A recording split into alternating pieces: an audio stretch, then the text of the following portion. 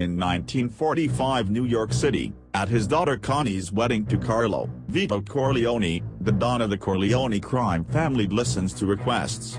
His youngest son, Michael, who was a Marine during World War II, introduces his girlfriend, Kay Adams, to his family at the reception. Johnny Fontaine, a popular singer and Vito's godson, seeks Vito's help in securing a movie role. Vito dispatches his consigliere, Tom Hagen, to Los Angeles to persuade studio head Jack Woltz to give Johnny the part. Woltz refuses until he wakes up in bed with the severed head of his prized stallion. Shortly before Christmas, drug baron Soetso, backed by the Tattaglia crime family, asks Vito for investment in his narcotics business and protection through his political connections. Wary of involvement in a dangerous new trade that risks alienating political insiders, Vito declines. Suspicious, Vito sends his enforcer, Luca Brasi, to spy on them. Brasi is garroted to death during his meeting with Bruna Tattaglia and Soetso. Later, Soetso kidnaps Hagen, then has Vito gunned down in the street. Vito's eldest son Sonny takes command. Soetso pressures Hagen to persuade Sonny to accept Soetso's deal, then releases him. The family receives fish wrapped in Brasi's bulletproof vest, indicating that Luca sleeps with the fishes.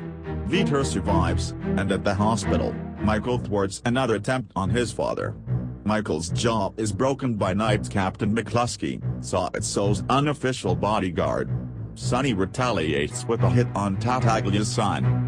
The Corleones plot to murder Soetso and McCluskey, feigning a desire to settle the dispute. Michael meets them in a Bronx restaurant in which, after retrieving a handgun planted by Clemenzo, a Corleone capo, he kills both men.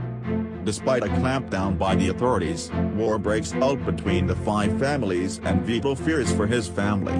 Michael takes refuge in Sicily and his elder brother Fredo is sheltered by Mo Green in Las Vegas. Sonny attacks Carlo on the street for abusing Connie and threatens to kill him if it happens again. When it does, Sonny speeds to their home but is ambushed at a highway toll booth and violently murdered by rival gangsters wielding submachine guns. While in Sicily, Michael meets and marries Apollonia, but a car bomb intended for him takes her life. Devastated by Sonny's death and realizing that the Tattaglias are controlled by the now dominant Don Barzini, Vito attempts to end the feud. He assures the five families that he will withdraw his opposition to their heroin business and forego avenging Sonny's murder. His safety guaranteed, Michael returns home to enter the family business and marry Kay, promising her that the business will be legitimate within 5 years.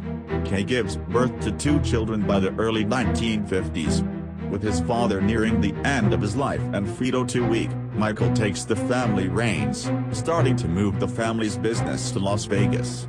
Expecting trouble due to this move, he insists Hagen also relocate to Las Vegas but relinquish his role to Vito because Hagen is not a wartime consigliere. Vito agrees Hagen should have no part in what will happen in the coming battles with the rival families. When Michael travels to Las Vegas to buy out Green's stake in the family's casinos, he is dismayed to see that Fredo is more loyal to Green than to his own family.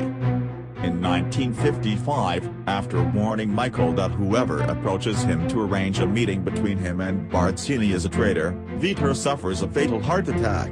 At the funeral, Tessio, another Corleone capo, asks Michael to meet with Barzini, with the meeting set for the same day as the baptism of Connie's baby. While Michael stands at the altar as the child's godfather, Corleone hitmen murder the other New York City dons and Green. Tessio's treachery leads to his execution. Michael extracts Carlo's confession to his complicity in setting up Sonny's murder for Barzini. Clemenza garrots Carlo to death. Later, an enraged Connie accuses Michael of murdering her husband and tells Kay that Michael ordered all of the killings. Kay is at first relieved when Michael assents to discuss his business this one time and denies the accusation, but is dismayed when the capos arrive to pay reverence to her husband as Don Corleone and close his office door on her.